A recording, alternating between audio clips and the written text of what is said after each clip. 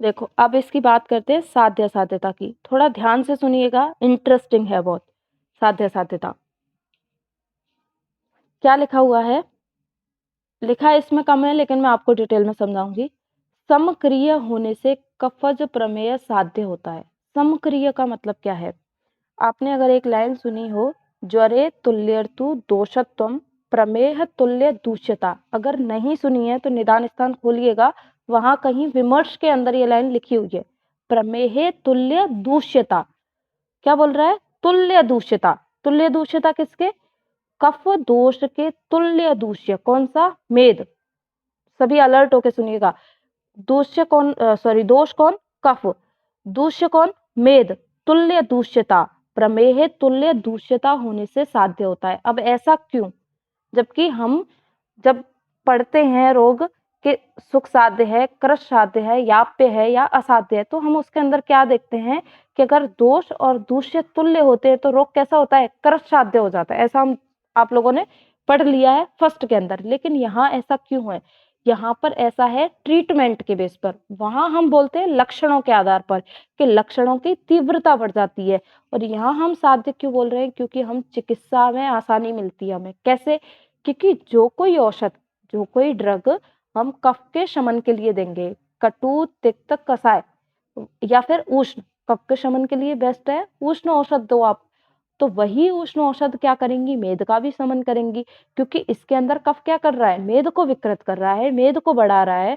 तो हम कफ की जो चिकित्सा करेंगे उष्ण उष्णता, उष्ण वीर्य से या कटु तिक्त कसाय रस से, ये दोनों चीज मिलके क्या करेंगी? अगर कफ को भी कम करेंगी तो मेद को भी कम करेंगी। इसीलिए क्या बोला है? समक्रिय।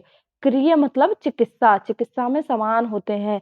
कि अगर आप एक औषध जिससे आप कफ का शमन कर रहे हो, वही औषध फिर आपको ये नहीं है कि आपको मेद के शमन के लिए अलग औषध देनी पड़ेगी, नहीं।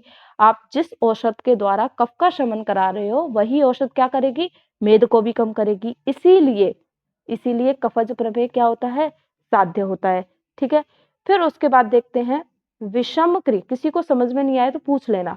विषम क्रिय होने से पित्तज प्रमेय क्या होता है? याप्य होता है। अब ऐसा क्यों बोला विषम क्रिय? विषम क्रिय यानी कि उल्टा। क्रिय मतलब चिकित्सा। चिकित्सा में उल्टा होने से ये कैसा है? याप्य। अब चिकित्सा में उल्टा कैसे? आप पित्त के लिए क्या औषध दोगे? अगर वीर्य की बात करें तो शीत वीर्य वाली औषध दोगे। अगर आप पित्त के लिए जो शीत वीर्य औषध दोगे, वो शीतल औषध क्या करेगी? मेद की वृद्धि करेगी कि नहीं करेगी? तो उधर आप पित्त को तो क्या कर रहे हो? शीत गुण से पित्त की तो क्या कर रहे हो? शमन कर रहे हो। चलो आपने कोई भी शीतल औषध दे दी जिससे पित्त का तो शमन हो गया, लेकिन मेद क्या हो जाएगा? बढ़ जाएगा। बढ़ेगा कि नहीं बढ़ेगा? क्योंकि मेद का गुण कैसा होता है? कफ के समान, और कफ का होता है शीत गुण। तो शीतलता से मेद की तो वृद्धि और पित्त की कमी। अगर आपने सोचा कि चलो हम पहले मेद को कम करते हैं, तो मेद के लिए आपको कैसी औषध देनी पड़ेगी? उष्ण। अब ये उष्ण औषध मेद को तो क्या कर देगी? कम, लेकिन पित्त को क्या कर देगी? बढ़ा देगी। तो इससे क्लियर होता है कि नहीं होता आपको? विषम क्रिय होने से याप्य। अब यहाँ पे याप्य क्यों बोला? याप्य बोला यानी कि कहीं ना कहीं ट्रीटमेंट तो काम करेगा, लेकिन कौन सा ट्रीटमेंट काम करेगा? तो आप एक बार फिर से याद कीजिए कि पित्त शमन के लिए हम क्या रस देते हैं? मधुर। तो अगर हम मधुर रस देंगे, मधुर को देखिए, मधुर से पित्त का तो शमन हो जाएगा लेकिन मेद बढ़ जाएगा। तो यहां से तो बात बनेगी नहीं हमारी। यानी कि मधुर रस औषध हम नहीं दे सकते पित्तज प्रमेय में। लेकिन मधुर के अलावा और कौन से रस बचे? कसाय तिक्त मधुरा, कसाय रस। अब आप रसों पर जाइए, कसाय और तिक्त और मधुर। तो मधुर तो पित्त का शमन तो कर देगा लेकिन मेद को बढ़ा देगा। लेकिन अगर ये देखें, मधुर अम्ल लवण क्या करते हैं? कफ को बढ़ाते हैं। तो कफ शामक रस बचे हुए तीन होंगे, कौन कौन से? कटु तिक्त कसाय। कटु तिक्त कसाय क्या करेंगे? कफ का शमन करेंगे। और कटु हम दे नहीं सकते, वो पित्त को बढ़ाएगा। तो हमारे पास केवल दो रस बचे, कौन कौन से? कसाय और तिक्त। कसाय तिक्त पित्त को भी शमन करेंगे और मेद को भी शमन करेंगे। इसलिए क्या आया है यहाँ पर? याप्य आया है। अगर ये रस वाली औषध हमारे पास अवेलेबल नहीं होती तो ये याप्य ना होके क्या हो जाता? असाध्य हो जाता। फिर यहाँ पे याप्य नहीं आता। याप्य का मतलब तो ये है कि आप ऐसी कोई ना कोई औषध दे रहे हो जिससे व्यक्ति क्या है, चल रहा है, जितनी उसकी आयु है उतने तक वो पहुंच सकता है। तो इसलिए यानी कि पित्तज प्रमेय में केवल आप कसाय और तिक्त रस वाली औषध दे सकते हो, जो मेद का भी शमन करेगी, क्योंकि तिक्त और कषाय कफ शामक होते हैं, तो मेद शामक भी होंगे और पित्त शामक भी होंगे, लेकिन आप उष्ण और शीत के बेस पे चिकित्सा नहीं कर सकते, इसलिए विषम क्रिया बोला है। तो ये क्या हुई चिकित्सा इनकी। फिर करते हैं बात वातज प्रमेय असाध्य क्यों है। अब वायु के शमन के लिए आपको कैसी स्निग्ध देनी पड़ेगी, वायु रुक्ष होती है तो आपको कैसी औषध देनी पड़ेगी, स्निग्ध देनी पड़ेगी, ठीक है। उधर मेद कैसा होता है, स्निग्ध होता है, तो आपको कैसी औषध देनी पड़ेगी, रुक्ष देनी पड़ेगी, ठीक है।